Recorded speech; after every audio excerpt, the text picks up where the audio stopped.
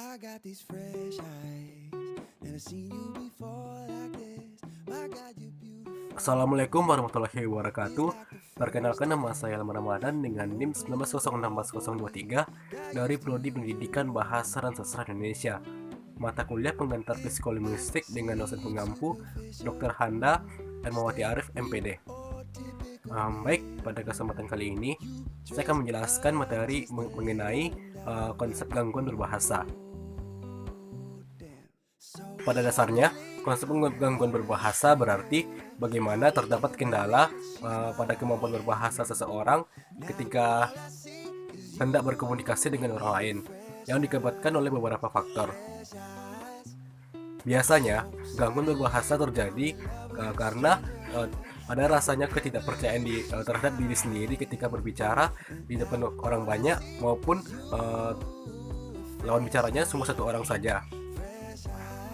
Lalu lingkungan juga mempengaruhi kemampuan seseorang dalam berbahasa, seperti bagaimana suasana yang tidak kondusif seperti berisik ya, atau suara yang begitu bising sehingga membuat kemampuan seseorang tersebut dalam berbahasa menjadi tidak lancar dalam arti kata, susah didengar oleh orang lain karena tidak jelas.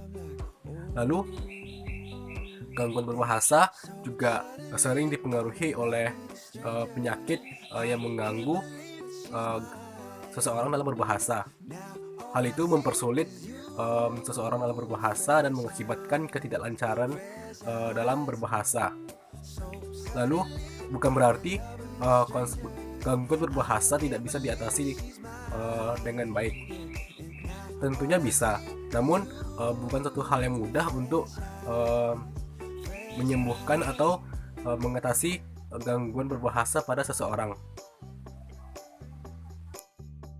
Pada konsep gangguan berbahasa, terdapat 4 jenis serta faktor yang mempengaruhi gangguan berbahasa. Berikut diantaranya. Yang pertama ialah gangguan berbicara.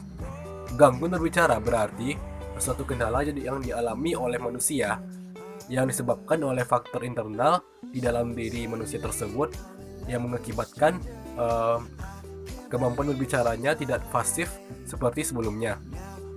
Biasanya gangguan berbicara diakibatkan oleh alat ucap yang sedang tidak baik-baik saja atau adanya penyakit seperti batuk dan sebagainya yang menyebabkan kemampuan berbicara manusia menjadi tidak bisa berbicara dengan baik. Lalu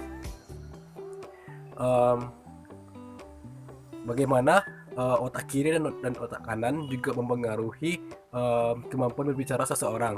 Jika terdapatnya ketidaksinkronan antara otak kiri dan otak kanan pada manusia tersebut akan mengakibatkan hasil kemampuan berbicara yang tidak semestinya atau berantakan. Lalu yang kedua ialah gangguan berbahasa. Gangguan berbahasa berarti bagaimana manusia mengalami kendala dalam berbahasa yang diakibatkan oleh gangguan mental atau batin dalam diri manusia tersebut yang diakibatkan karena tidak adanya rasa kepercayaan diri terhadap diri dia sendiri ketika hendak berbicara. Hal ini sering dijumpai di mana saja, di mana seseorang tidak mampu berbicara di kalangan orang banyak karena belum adanya menguasai area atau tempat dia berbicara, sehingga ketika hendak berbahasa membuat kemampuan berbahasanya menjadi terbata-bata. Lalu yang ketiga ialah gangguan berpikir. Gangguan berpikir berarti bagaimana kemampuan berbicara seseorang menjadi terganggu ketika pikirannya sedang tidak sinkron yang disebabkan karena banyaknya faktor eksternal yang mempengaruhi otak sehingga otak tidak bisa bekerja dengan baik, dan tentunya itu sangat berpengaruh terhadap kemampuan berbicara seseorang. Lalu yang terakhir ialah gangguan lingkungan sosial. Bagaimana gangguan lingkungan sosial sangat berpengaruh terhadap kemampuan berbicara seseorang, seperti kebisingan atau suara yang begitu keras dari sekitarnya akan mengakibatkan seseorang menjadi tidak bisa untuk berbicara secara leluasa. Dan tentunya itu sangat merugikan terhadap diri dia sendiri maupun bagi orang lain yang ingin mendengarkan apa yang ingin disampaikan oleh orang tersebut. Dari beberapa jenis serta faktor yang mempengaruhi gangguan berbahasa, pastinya ada cara mencegah atau cara menangani gangguan berbahasa pada seseorang. Seperti yang kita ketahui, sejak dini kita setelah diajarkan bagaimana cara berbicara oleh orang tua kita masing-masing maupun keluarga kita lebih utamanya. Tentunya itu sangat berpengaruh terhadap seorang anak untuk bisa berbicara atau berbahasa, dan itu mempengaruhi hingga usianya menginjak dewasa.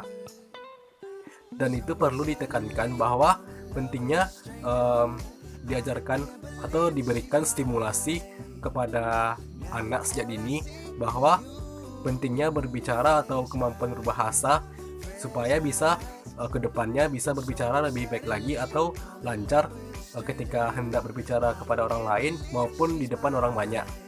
Lalu pentingnya menjaga kesehatan, karena jika saja terjadinya kemampuan seseorang terkendala karena adanya batuk atau sejenisnya, itu sangat merugikan, sehingga seseorang yang ingin berbicara pun pasti juga tidak akan bisa berbicara dengan baik. Dan pentingnya menjaga kesehatan. Lalu penting juga untuk melatih kemampuan berbicara, seperti berbicara di depan cermin, karena dengan kita berbicara di depan cermin maka kita akan menguatkan mental diri kita sendiri, sehingga ketika kita hendak berbicara di depan orang banyak, kita akan lebih terbiasa atau lebih percaya diri. Lalu pentingnya untuk sering berbicara di depan orang banyak meskipun awalnya tidak percaya diri, namun semakin lama berjalannya waktu pasti seseorang tersebut akan lebih lancar berbicaranya. Baik, sekian dari penjelasan mengenai konsep gangguan berbahasa. Mohon maaf atas kesalahan yang terjadi dalam video ini mengenai materi konsep gangguan berbahasa. Saya Ilham Ramadan pamit undur diri. Terima kasih atas waktunya. Wassalamualaikum warahmatullahi wabarakatuh.